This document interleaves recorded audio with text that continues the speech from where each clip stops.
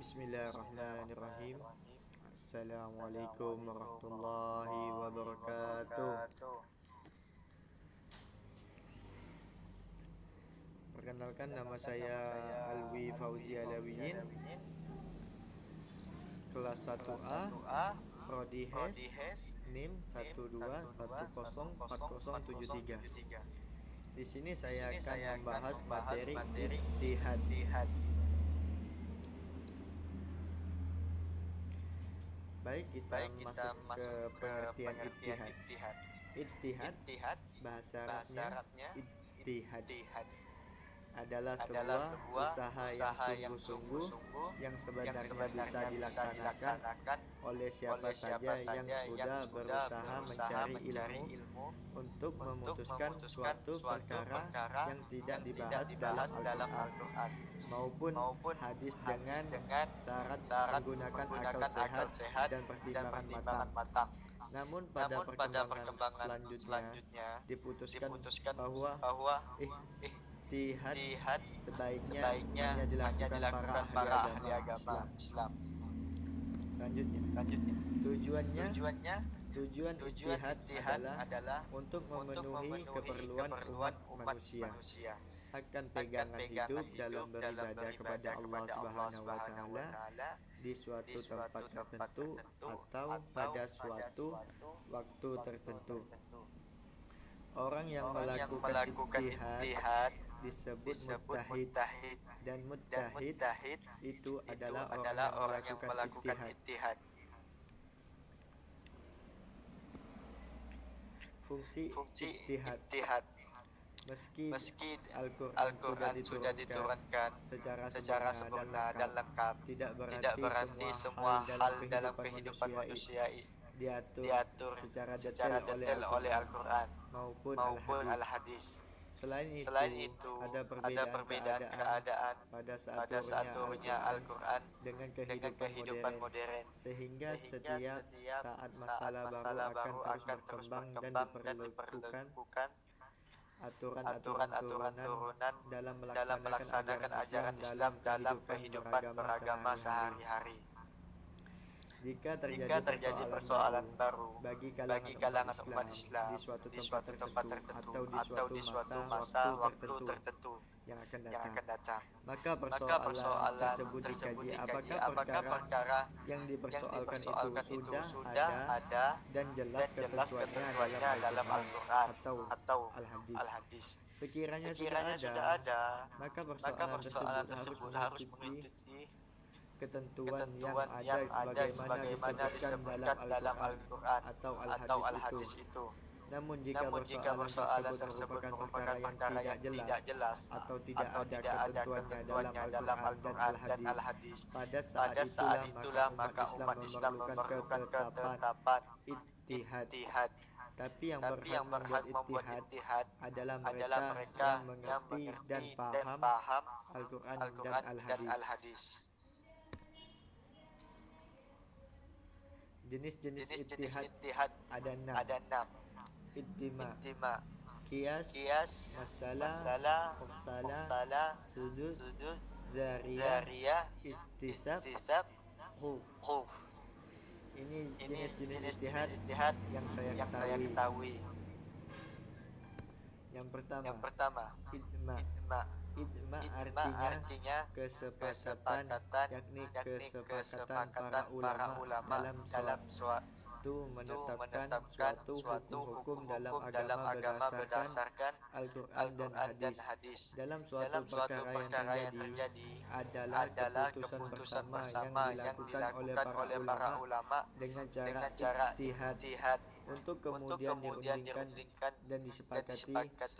Hasil dari ijma adalah fatwa, yaitu keputusan bersama para ulama dan ahli agama yang berwenang untuk diikuti seluruh umat Islam. Yang kedua, qiyas adalah menggabungkan atau menyamakan, artinya menetapkan suatu hukum atau suatu perkara yang baru yang belum ada pada masa sebelumnya, namun memiliki kesamaan dalam sebab, manfaat, bahaya, dan berbagai aspek dengan perkara terdahulu sehingga dihukumi sama. Dalam Islam, ijma dan qiyas sifatnya darurat.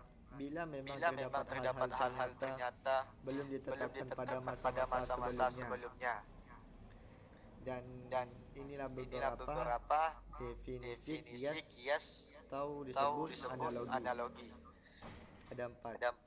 Yang pertama, menyimpulkan hukum dari yang asal menuju cabangnya berdasarkan titik-titik persamaan di antara keduanya. Yang kedua, membuktikan hukum definitif untuk yang definitif lainnya melalui suatu persamaan di antaranya. Yang ketiga, tindakan menganalogikan hukum yang sudah ada penjelasan di dalam Al-Quran atau Al-Hadis dengan kasus baru yang memiliki persamaan sebab atau disebut ilat. Yang keempat, menetapkan suatu hukum terhadap suatu hal yang belum diterangkan oleh Al-Quran dan Al-Hadis. Yang ketiga, masalah mursalah. Masalah mursalah adalah tindakan memutuskan masalah yang tidak ada naskahnya. Dengan pertimbangan kepentingan hidup, manusia berdasarkan prinsip menarik manfaat dan menghindari kemudaratan. Yang keempat, sudut zariyah. Sudut zariyah adalah tindakan memutuskan suatu yang mubah menjadi makruh atau haram demi kepentingan umat Islam.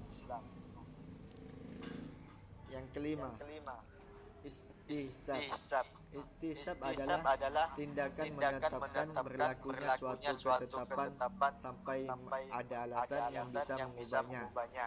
Contohnya, apabila ada pertanyaan, bolehkah seorang perempuan menikah lagi apabila yang bersangkutan ditinggal suaminya bekerja di perantauan atau luar kota di mana dan tidak jelas kabarnya, maka hal ini yang berlaku adalah keadaan semula bahwa perempuan tersebut statusnya adalah istri. Jika orang sehingga tidak boleh menikah lagi kecuali sudah jelas kematian suaminya atau jelas sudah cerai keduanya. Yang keenam, adalah tindakan menentukan masih bolehnya suatu adat istiadat dan kebiasaan masyarakat setempat selama kegiatan tersebut tidak bertentangan dengan aturan prinsipal dalam Al-Quran dan Hadis. Baik. Di sini kita sudah melewati beberapa ijtihad. Sekarang kita masuk ke tingkatan ijtihad. Yang pertama di sini ada ijtihad mutlak. Ijtihad mutlak adalah kegiatan seorang mujtahid yang bersifat mandiri dalam berijtihad dan menentukan sebab-sebab hukum dan ketentuan hukumnya dari teks Al-Quran dan Sunnah dengan menggunakan rumusan kaidah-kaidah dan tujuan-tujuan syara'. Serta setelah lebih dahulu mendalami persoalan hukum dengan bantuan disiplin ilmu. Selanjutnya kita masuk ke ijtihad al-mazhab. Seorang ulama berjihad mengenai hukum syara' dengan menggunakan metode istinbat hukum yang telah dirumuskan oleh imam mazhab, baik yang berkaitan dengan masalah hukum syara' yang tidak terdapat dalam kitab imam mazhabnya, meneliti pendapat paling kuat yang terdapat di dalam mazhab tersebut, maupun untuk memberikan fatwa hukum yang disesuaikan kepada masyarakatnya. Secara lebih sempit, ittihad tingkat ini dikelompokkan menjadi 3 tingkatan.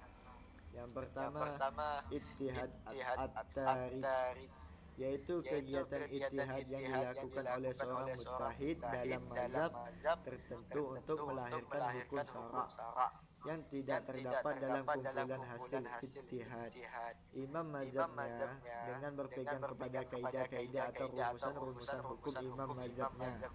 Pada tingkatan ini, kegiatan ittihad terbatas hanya pada masalah-masalah yang belum pernah difatwakan imam mazhabnya, ataupun yang belum pernah difatwakan oleh murid-murid imam mazhabnya. Yang kedua, ittihad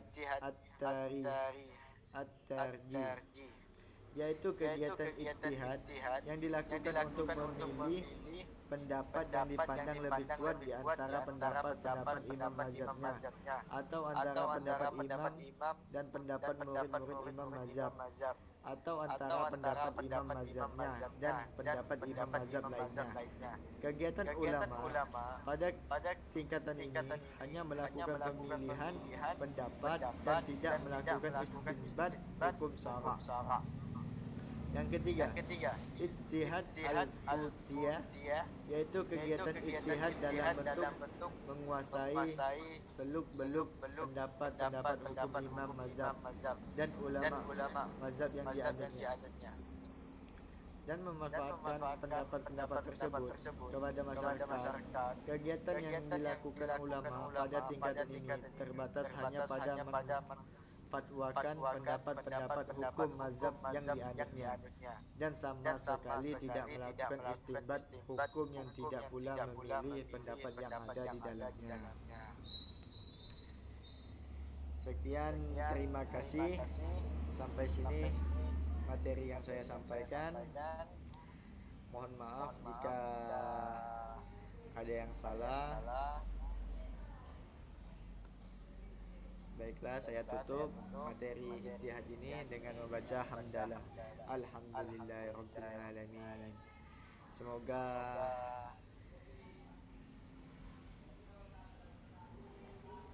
kita dapat barokahnya dengan mempelajari ilmu ittihad ini. Amin amin ya rabbal alamin. Baiklah, saya tutup. Assalamualaikum warahmatullahi wabarakatuh.